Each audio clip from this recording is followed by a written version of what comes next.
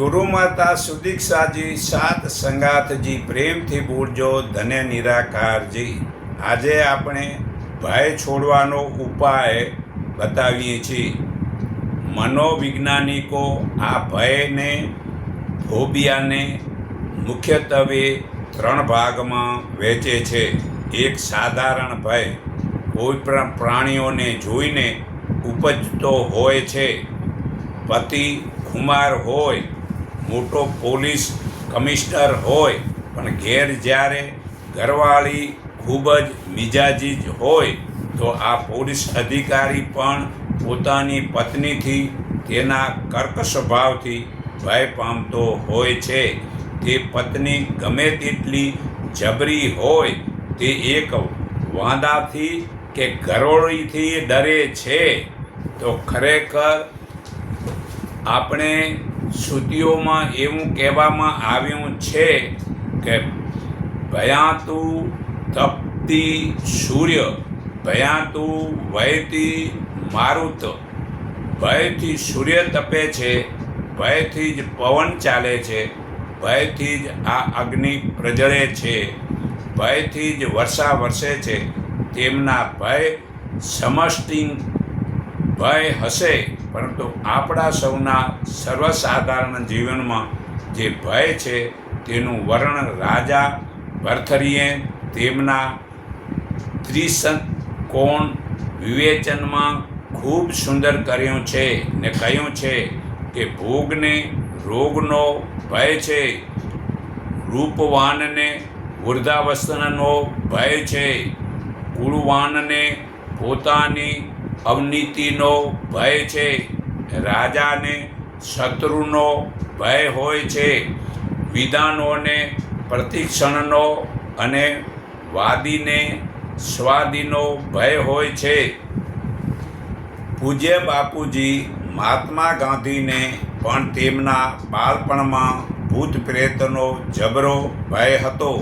તેમના ઘરમાં જે સેવિકા હતી તે બાઈએ બાળક મોહનચંદને કહેલું, રામ રામ બોલ, ભૂત ભાગી જશે।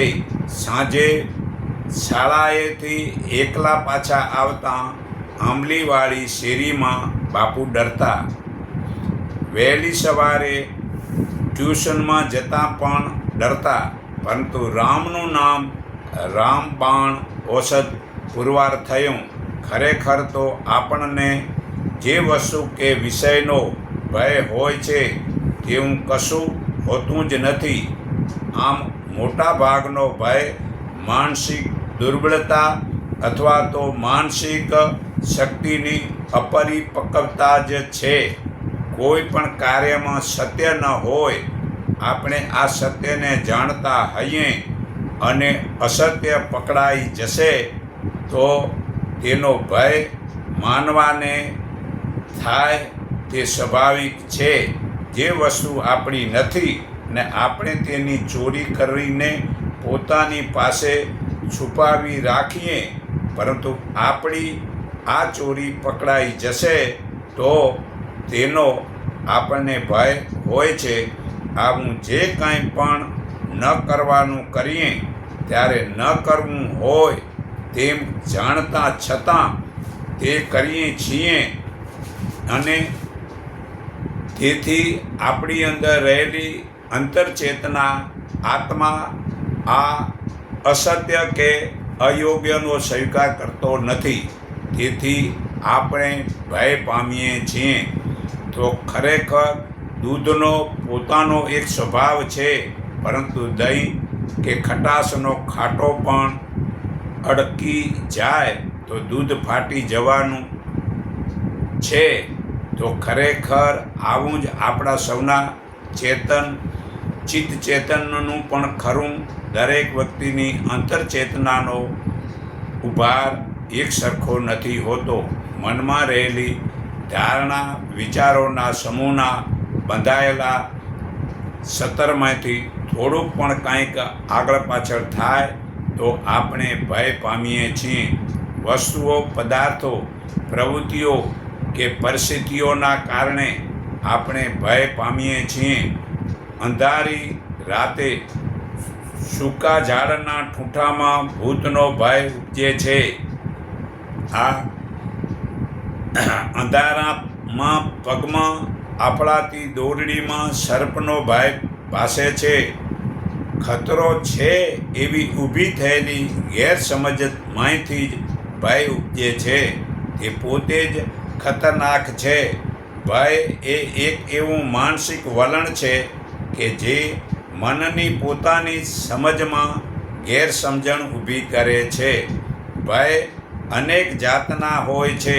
સાધારણ ભયમાં માણસ થથરે છે, ધ્રુજે છે, હોઠ અને જીભ ફફ કરે અને પરસેવો થઈ જાય. પણ જો ભય ભયંકર હોય તો કુદરતી હાજત ઉપર પણ નિયંત્રણ ન રહે અને પેશાબ ઝાડો પણ થઈ જાય.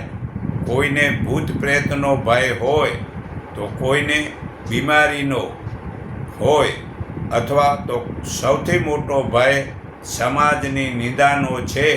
તેથી પણ આવેશમાં આવી લોકો આત્મહત્યા કરી લેતા હોય છે.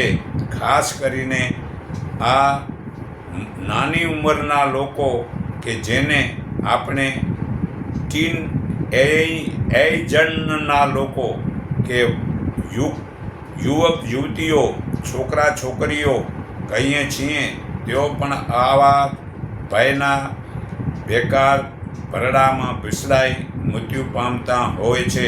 ખાસ કરીને હેલોવીનના 31મી ઓક્ટોબરે ઉજવાતો ભૂત પ્રેત બનીને એકમેકને ડરાવવાનો બાળકોને ઉત્સવ પૂર્વે અમેરિકામાં મોટાભાગની ટીવી ચેનલો હોરર શો દેખાડતી હોય છે. યુનિવર્સિટી સ્ટુડિયોના મધરાતના હોરર શો અથવા તો એવા ભય પાડવાનારા પુસ્તકો વાંચતા સૂઈ જતા લોકોના સૂક્ષ્મ અચેતન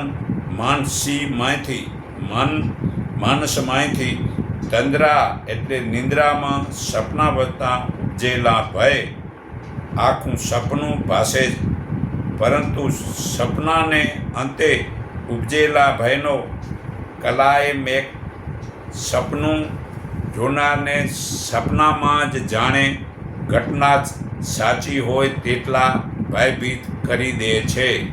સપનામાં બનેલી કે જોયેલી ઘટનામાંથી પણ ઉપજેલા ભયથી હૃદયના ધબકારા વધી જાય છે, પેટમાં ગડબડ થાય છે, ઝાડા ઉલટી થઈ જાય છે, વારવાર પેશાબ આવે તેવું પણ બને છે, મોળ ચઢે છે, ચક્કર આવે છે, કંઠ રૂધાય છે, ચહેરો લાલ થઈ જાય તેવું પણ બને છે. તો મનોવૈજ્ઞાનિકો આ ભયને ફોબિયો કહે છે. મુખ્ય ત્રણેય વિભાગમાં વહેંચી નાખે છે. સાધારણ ભય એક એવો ભય કે કોઈક પ્રાણીઓ જોઈને ઉપજતો હોય, પરથી ખરેખર તે મતલબ કે એવો જ ભય ઊંચાઈએ ગયા પછી પણ ઉપજે. ચોપાસું બધું જ સુંદર છે. બીજા પ્રકારના ભયને અંગ્રેજીમાં અગોરાફોબિયા કહેવામાં આવે છે. વિશાળ મેદાન વચ્ચે ખુલ્લા આકાશ નીચે માનવ મહેરામણ જ્યારે ટોળે વળે ત્યારે ત્યાં થતો કોલાહલ કે ધક્કામુક્કી, ધાંધલ ધમાલની વચ્ચે સપડાઈ જવાનો, ફસાઈ જવાનો, અટવાઈ જવાનો અને મૂંઝાઈ જવાય તેવી સ્થિતિ ઉપજે તેવો ભય ઉપજે છે. જે લોકો હંમેશા ઘરમાં જ રહેવાને ટેવાયેલા હોય તેમનાથી આવી ભીડ સહન થતી નથી. જાહેર યાતાયાત અને વાહનોની કર્કશતા તથા બજારમાં થતા કોલાહલ, ખાસ કરીને અમેરિકામાં થેન્ક્સ ગિવિંગ, ક્રિસમસ અથવા તો 4 જુલાઈની રાત્રે કર્કસની આતશબાજીમાં જ્યાં થયેલી મેદની વચ્ચે જવાનું એકલવાયા જીવનને માટે દુષ્કર થાય છે. ત્રીજા પ્રકારનો ભય સમાજની વચ્ચે બોલવા, બેસવા, જાહેરમાં કંઈક કરવાની અક્ષમતાને છે. હું ભોઠો પડીશ તો કંઈક ખોટું થઈ જશે, તો કંઈક અયોગ્ય થઈ જાય, તો કંઈક અઘટિત થઈ જાય. આવા સામાજિક ભય માણસને ભરખી જતા હોય છે. નાટકના જાણીતા કલાકારને અક્ષમિક ઊભા કરીને કંઈક કહેવાનું કહો તો ભાગે તેઓ કંઈ બોલી શકતા હોય છે, કારણ કે નાટકમાં તેઓ પાત્ર ગોખેલા શબ્દો જ બોલતા હોય છે. નક્કી કરેલ જ પ્રમાણિક મુજબનો બાંધેલો જ અભિનય કરતા હોય છે. ત્યાં વ્યક્તિ સ્વતંત્ર જેવું કશું જ નથી અને મૌલિક વ્યક્તિ જેવું પણ કશું નથી. આમ ખાખરાની ખિસકોલોમાં જેવા જીવનનો આંબા ડાળે સાકરની પોટલીનો સ્વાદ ભાગે જ આવતો હોય છે. બાળપણમાં કોઈ પ્રાણીને પેસી ગયેલો ભય મોટી ઉંમર થયા પછી પણ બાળ માનસની સંવેદના ક્ષમતા પ્રવેશેલી અક્ષમતાની પરિણતિ કેળવાય પરિપક્વ માણસમાં પણ પહેલી ભીતિથી મુક્ત થતો નથી. તો ખરે માન અપમાનનું ભૂત વળગે ત્યારે જ સંભવે છે. ખરેખર સામાજિક ભય પણ મોટી ઉંમરમાં જ્યારે ભય નામનું કોઈક તત્વ છે જ નહીં, પરંતુ માનસિક પરિસ્થિતિ જ સુખ કે દુઃખનો અનુભવ કરાવે છે. તો આ ભય તે પુરુષ કરતાં સ્ત્રીઓમાં વિશેષ રૂપે જોવા મળે છે. આ ભય સામાજિક અને એનિમલ ભય સ્વાભાવિક રીતે વિશેષ રૂપે પારિવારિક લોકોની વચ્ચે જ જોવામાં આવે છે. તો ખુલ્લા આકાશમાં રાત્રે તારાઓથી માંડીને આકાશ તળે, નદી કિનારે, ઝરણાની પાસે, ફૂલ છોડના બગીચામાં ફરવાની ટેવ પાડવાથી પણ ભય ઓછો કરી શકાય છે. અથવા તો ભય પામેલી વ્યક્તિને જે વસ્તુનો ભય હોય તે વસ્તુને તે વ્યક્તિ પાસે વારવાર લાવવાથી અને આપણે જ ભય પામીએ છીએ તે ખોટો છે તેવા ડરવા જેવું કાંઈ જ નથી. આપણા ભાઈઓ આપણા સૌ મારી સાથે જ છે, મારે વળી ડરવાનું શું કારણ? આ પ્રમાણે વારવાર કરવાથી પણ ભય પમાડનારી સ્થિતિ અને પદાર્થ બંનેથી ભયરહિત થઈ શકાય. અકળામણ માટેની દવાઓ પણ કંઈક અંશે ઉપયોગી થઈ છે. એન્ટી ડિપ્રેશન દવાઓનો ઉપયોગ પણ આવી ભયભીત વ્યક્તિઓને ભયમુક્ત કરવા માટે ઉપયોગ થઈ રહ્યો છે. સ્વામી વિવેકાનંદજી એક દિવસ વારાણસીમાં નિર્જન પ્રદેશમાં એકલા જ વિહાર કરી રહ્યા હતા. તે સમયે તેમની પાછળ વાંદરાનું એક ટોળું પડ્યું. તેમનાથી ડરી જઈને તેઓ ભાગવા લાગ્યા. ત્યારે કોઈ સાધુએ તેમને કહ્યું, ડરો નહીં, થૂંભી જાઓ, તેમનો સામનો કરો. જો તમે ડરશો તો તેઓ તમને વધુ ડરાવશે. આવી જ એક પ્રસિદ્ધ જીવ વાત પણ છે. એક માણસને એકવાર એક ભૂત પકડી ગયું. પછી તેની પાસે રાત દિવસ કામ કરાવતું, જો નહીં કરે તો ખાઈ જઈશ એમ ડરાવતું. કોઈક સાધુએ તે માણસને શીખવ્યું કે ભૂતને કહેજે, લે ખાઈ જા, થાય તે કરી લે, તું ખાવા સિવાય બીજું શું કરી શકીશ? હું ડરતો નથી. જ્યારે ભૂતને લાગ્યું કે આ ડરશે નહીં તો મારું કામ કરશે નહીં. જાણી ભૂતી તેને છોડી દીધો. બધી વાતની એક જ વાત કે જેટલા આપણે કોઈ પણ તત્વ કે પદાર્થથી ડરીએ તેમ ભય વધે છે. ભયથી ભયભીત થવાથી ભય કદીએ જતો નથી. તેનો સામનો કરવો જોઈએ. આ સામનો કરવા માટે માનસિક શક્તિનો વિકાસ કરવો જોઈએ. યોગ માર્ગમાં પ્રાણાયામ, આસનો અને ધ્યાનથી આ સંભવી શકે છે. સુખપરક પ્રાણાયામથી માનસિક શક્તિનો વિકાસ થાય છે. આ પ્રાણાયામ ખૂબ જ સરળ છે. જો પદ્માસન, સિદ્ધાસન, વજ્રાસન, સુખાસનમાં સાદી પલાઠી વાળીને કમર સીધી રાખીને બેસીને કરી શકાય તો ઘણું સારું. પરંતુ જો તેમ ન પણ બેસાય તો એક ખુરશીમાં બેસીને અથવા તો સૂઈને પણ કરી શકાય. આરંભમાં બંને નસકોરાથી ઊંડો શ્વાસ લેવો. પછી ધીરે ધીરે કોઈ પણ પ્રકારની ઉતાવળ વગર બંને નસકોરાથી શ્વાસ છોડવો. શ્વાસ લેતી વખતે ને છોડતી વખતે કોઈ પણ પ્રકારની બળજબરી કરવી નહીં. આરંભમાં આ ક્રિયા બરાબર છે. શ્વાસની કોઈ પણ પ્રકારની મર્યાદા કે ગણતરીની આવશ્યકતા નથી. જેટલા બને તેટલા શાંતિથી કોઈ પણ પ્રકારની ઉતાવળ વગર શાંતિથી શ્વાસ લેવા અને છોડવા. પછી ધીરે ધીરે શ્વાસને રોકવાની કોશિશ કરવી. બંને નસકોરાથી શ્વાસ લો અને શ્વાસને અંદરની તરફ રોકો.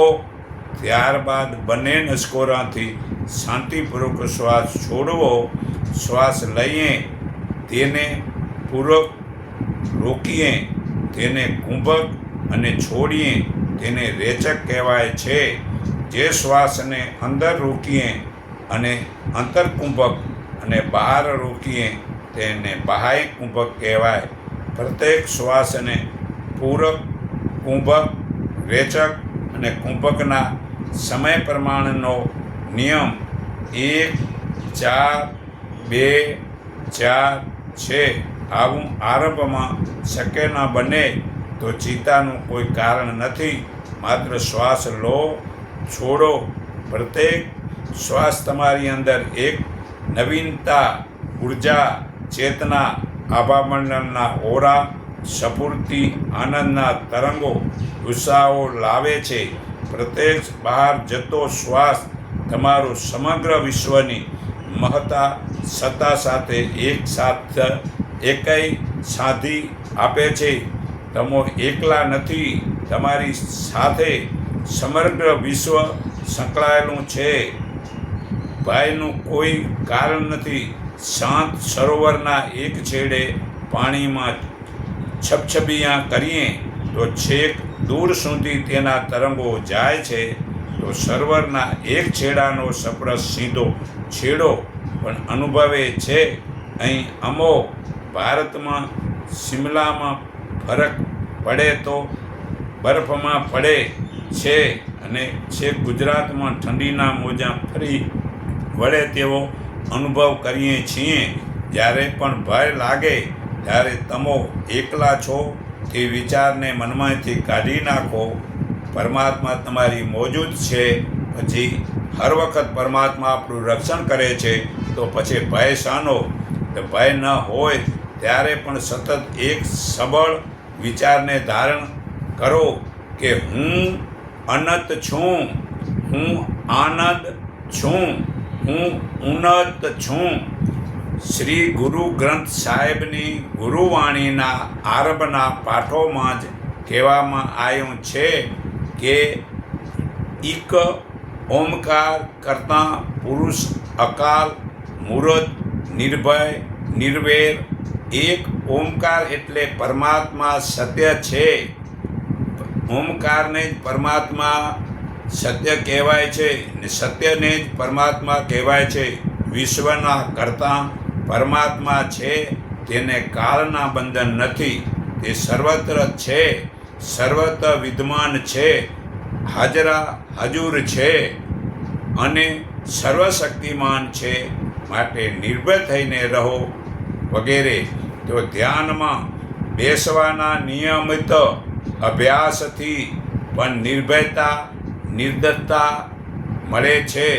ધ્યાન કરતી વખતે તમે જેનું ધ્યાન કરો ત્યારે આરંભમાં પ્રાર્થના કરો કે પૂર્વમાં, પશ્ચિમમાં, ઉત્તરમાં, દક્ષિણમાં સર્વ શાંતિ થાવ, પહાડોમાં, સમુદ્રમાં, વનમાં સૌનું મંગળ થાવ, સર્વત્ર સૌનું શુભ થાવ. પછી વિચાર કરો કે તમે ધ્યાન કરતા નથી, તમે કોનું ધ્યાન ધરો છો. ધારો કે શ્રી રામનું ધ્યાન કરો છો તો સદૈવ વિચારો કે રામ જ રામનું ધ્યાન કરે છે.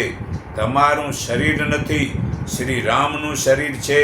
તમારા પગ, હાથ, પીઠ, છાતી, ગળું, માથું કાંઈ નથી, તે બધું જ પરમાત્માનું છે.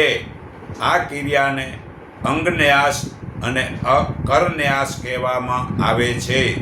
તમારે કોઈ ગુરુમંત્ર હોય તો તમે તે ગુરુમંત્રનો જપ કરો. જેટલો જપ નિયમિત થશે તેટલી પરમાત્માની શક્તિ, સમર્થ અને સત્તાનો પ્રાદુર્ભાવ તમારી અંદર થશે. જપની શક્તિથી ગુરુ કૃપાનું વરદાન તમને મળી રહે છે. આ જપ, ધ્યાન, સત્સંગ, સદગ્રંથોનો અભ્યાસ, સારા મજબૂત મનવાળા લોકોનો સંગ તમોને સબળ બનાવશે. આ ઉપરાંત વહેલા ઉઠો, સૂર્યોદય પૂર્વે લાંબુ ફરવા જાઓ. ખુલ્લી હવા, ખુલ્લું નીલું આકાશ ને પક્ષીઓનો કલરવ અને વાતાવરણની આહ્લાદકતા તમોને નવીન પ્રાકૃતિક શક્તિ પૂરી પાડશે. યોગાસનના અભ્યાસમાં સૂર્ય નમસ્કાર, વિપરીત કરણી મુદ્રા, હલાસન, યોગ મુદ્રાનો અભ્યાસ ખૂબ લાભદાયક પુરવાર થયો છે. અને શીતલી તથા શીતકારી પ્રાણાયામનો અભ્યાસ પણ માનસિક શાંતિ અને ક્ષમતા બક્ષે છે. યાદ રાખો, તમો જ તમારા મિત્ર છો અને તમો જ તમારા શત્રુ છો. ભય બહારથી નહીં, અંદર છે. પોતાની જાતને કહીએ વામણી ન બનાવો. તમારી અંદર વિરાટ પરમપિતા પરમાત્માની મહાન શક્તિનો સ્ત્રોત છે. આનંદનો મહાસાગર ઉછળી રહ્યો છે. ઉત્સાહનો ફુવારો છે. તેને ધ્યાનથી પ્રગટ કરો અને નિર્ભય બનો. પરમાત્મા આપણી મોજૂદ છે. આપણે એની જોડે અહીંયા સ્થિર છીએ. આ ગીતા અધ્યાય 13 શ્લોક 16માં પુરાવો છે કે બ્રહ્મભૂતોની અંદર છે અને બહાર છે. એ થાવરમાં છે અને જંગમમાં છે. એ સૂક્ષ્મ હોવાથી જોવાને અસંભવ છે. એ પાસેમાં પાસે છે અને દૂરમાં દૂર છે. આ પરમાત્મા અહીંયા પાસેમાં પાસે છે. તો પછી ડર શા માટે રાખો છો? આવું ગીતાનું જ્ઞાન, આપણા આ શાસ્ત્રોનું જ્ઞાન આવું બતાવે છે. તો પછી ભય હશે તો ભક્તિ નહીં થાય. ભય મુક્ત થવાથી જ ભક્તિ શરૂઆત થાય છે. યાદ રાખો. તો આજે આપણે જાણો, માના પેટમાં ભગવાને આપણું રક્ષણ કર્યું. જન્મતા આપે આમ પડખું ફેરવી ન શકીએ એવી સ્થિતિ હતી.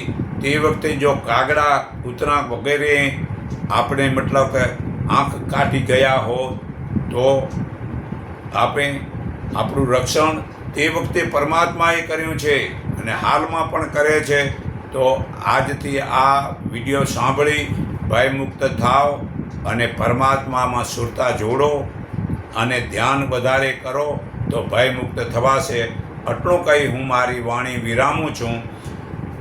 સર્વના હૃદયમાં રહેલ પરમપિતા પરમાત્માને હું મારા હૃદય ભાવથી નમન કરું છું કે એકને ઓળખો, એકને માનો ને એક સંગઠિત થાવ.